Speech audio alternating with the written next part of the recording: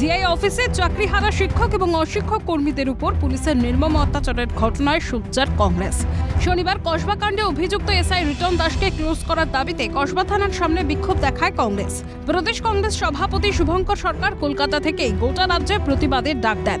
সেই মোতাবেক রবিবাসরীয় সকাল থেকেই দুর্গাপুর থানার সামনে প্রতিবাদে সামিল হয় পশ্চিম বর্ধমান জেলা কংগ্রেস নেতৃত্ব।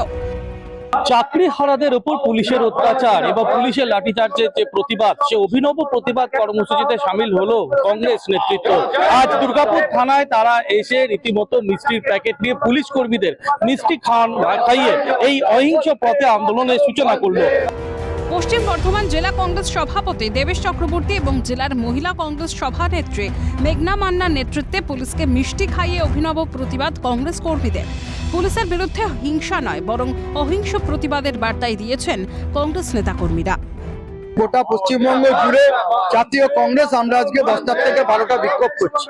পুলিশকে দেখা যাচ্ছে যে যখন শিক্ষার্থীরা যাদের চাকরি থেকে বঞ্চিত হয়েছে তারা আন্দোলন করছে, তখন দেখা যাচ্ছে তাদের পেটে বুকে লাথ মারছে। পুলিশ তৃণমূলের চোর ডাকাতদের প্রোটেক্ট করছে, আর যারা শিক্ষার মেরুদণ্ড, যারা জাতির মেরুদণ্ড, সেই শিক্ষকদের পেটে বুকে লাথ মারছে, তারা মচ্ছব করছে।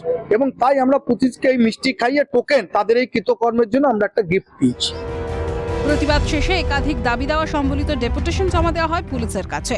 রাজেশ সেনগুপ্তর রিপোর্ট, ক্যালকাটা নিউজ।